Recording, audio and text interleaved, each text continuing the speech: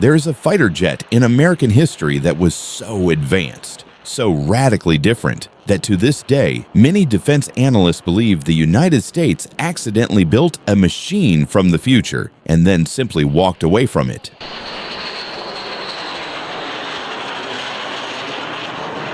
A jet that could outrun its own shadow, vanish from radar like a ghost, and maneuver with a smoothness engineers still struggle to explain.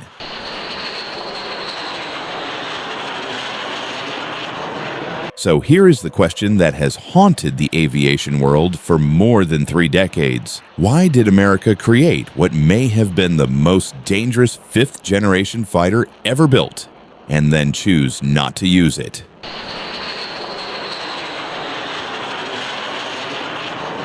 Stay with us, because in the next few minutes, you will discover the secrets the Pentagon never fully explained, the engineering breakthroughs that shocked the world, and the real reason this aircraft, known as the YF-23, disappeared before it could dominate the skies.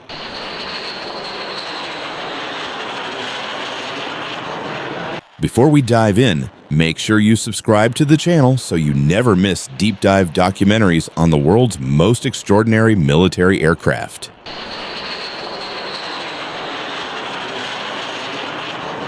The story of the YF-23 begins at the end of the Cold War, when American defense leaders realized that the Soviet Union was closing the technological gap faster than anyone had predicted.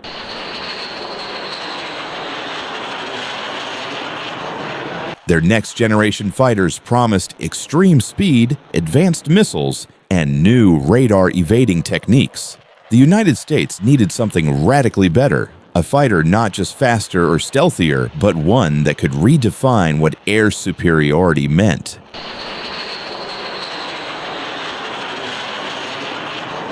In 1981, this urgency gave birth to the Advanced Tactical Fighter Program, a competition between 2 giants. Northrop teamed with McDonnell Douglas, and Lockheed teamed with Boeing and General Dynamics.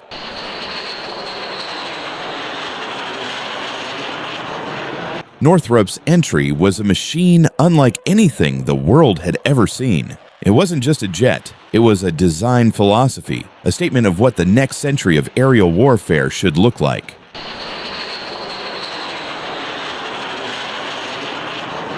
From the moment the YF-23 rolled out of the hangar, it looked nothing like a traditional fighter. Its diamond-shaped wings, blended fuselage, and V-shaped tail gave it an alien silhouette, more like a black predator than a conventional aircraft.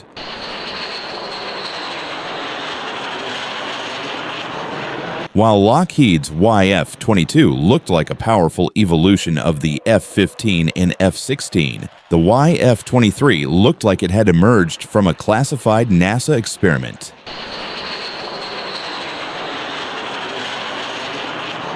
Engineers built it for stealth first, with unmatched aerodynamic efficiency, smooth curves, no hard edges, and an exhaust system so innovative that it cooled and disguised the heat signature long before infrared sensors could lock onto it.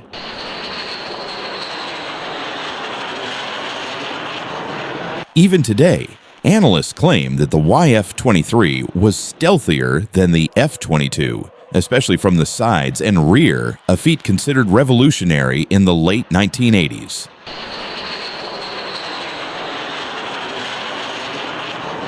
On August 27, 1990, when the YF-23 took off for its first flight, test pilots immediately sensed they were controlling something exceptional.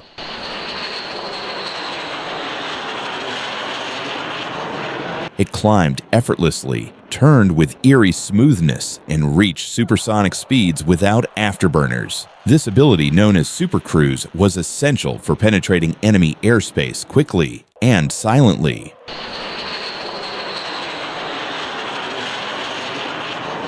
The jet reached Mach 1.8 in testing, faster than the YF-22 at the time. More importantly, it did so while remaining almost invisible to radar.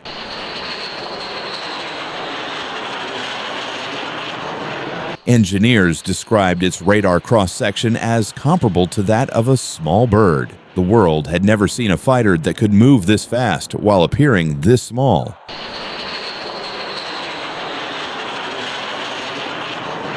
The aircraft earned its two iconic nicknames, Black Widow II, referencing Northrop's legendary World War II night fighter, and Gray Ghost, because it seemed to vanish against the sky.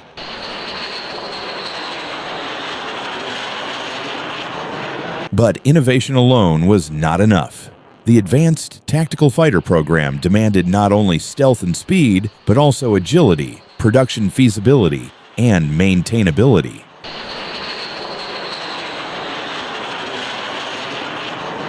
Here is where the story becomes controversial. Northrop's YF-23 was faster, stealthier, and arguably more advanced. Lockheed's YF-22 was more agile at low speeds and more compatible with the Air Force's preferred training and tactics.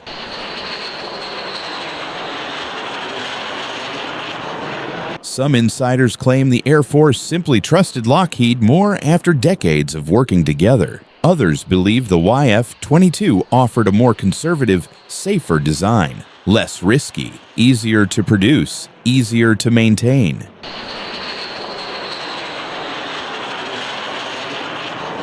In April 1991, the decision was announced. America would choose the YF-22, which would evolve into today's F-22 Raptor.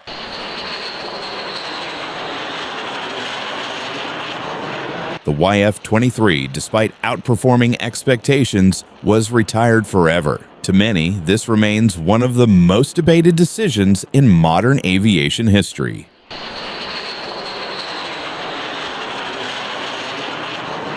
Because the YF-23 never entered production, it never saw combat. It never flew missions in Iraq, Afghanistan, or Syria.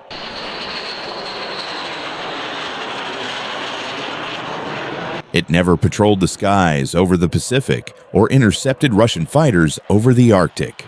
Yet the irony is that some of the technologies pioneered in its design influenced later aircraft, including classified programs.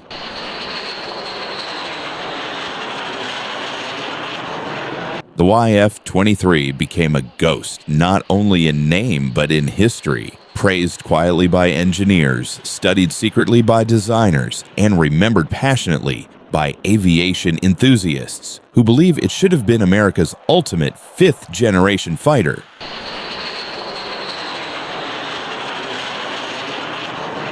If the YF-23 had entered service, it would have brought four unmatched strengths. First, its stealth profile was extraordinary, especially in the rear aspect, a weakness for many modern fighters.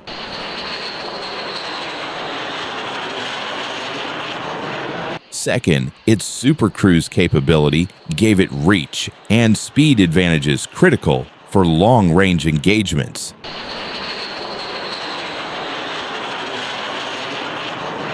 Third, its aerodynamic efficiency meant lower drag and higher attack energy, allowing it to control engagements from a distance.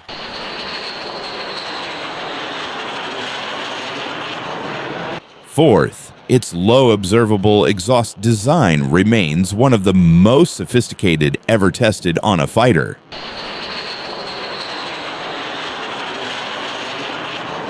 Its weaknesses were fewer but significant. The lack of thrust vectoring nozzles limited its extreme angle maneuverability compared to the YF-22.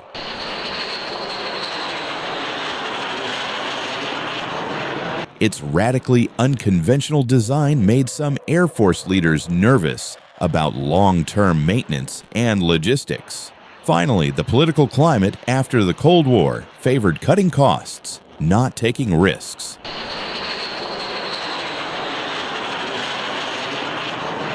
The world had changed, and the appetite for experimental aircraft disappeared almost overnight.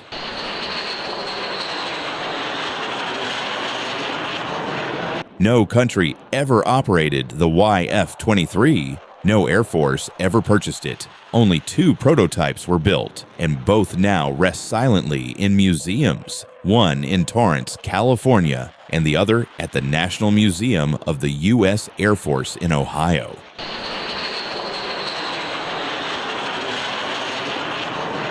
The jet exists today only as a symbol of what might have been, a reminder that sometimes the most advanced machine does not win the competition.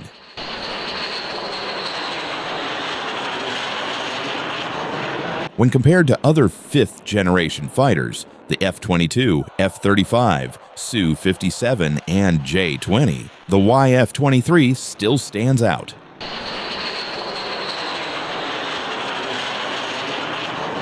It offered a combination of speed, stealth, and aerodynamic grace, unmatched even by today's standards. It lacked the extreme maneuverability of the F-22, but likely surpassed the J-20 and Su-57 in stealth.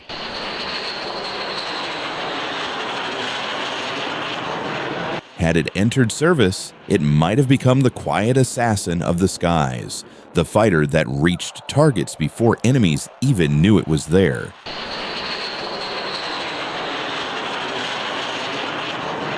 The YF-23's legacy echoes in classified projects rumored to shape America's next air dominance fighters, particularly the NGAD program.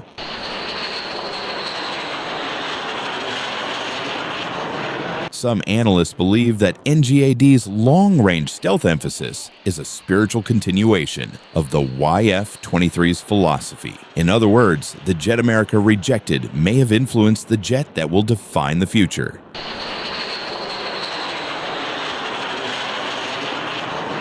If you enjoyed this deep dive into one of the most mysterious fighters ever built, make sure to subscribe to the channel and turn on notifications so you never miss an episode. The story of the YF-23 may have ended in the real world, but here, its legacy continues.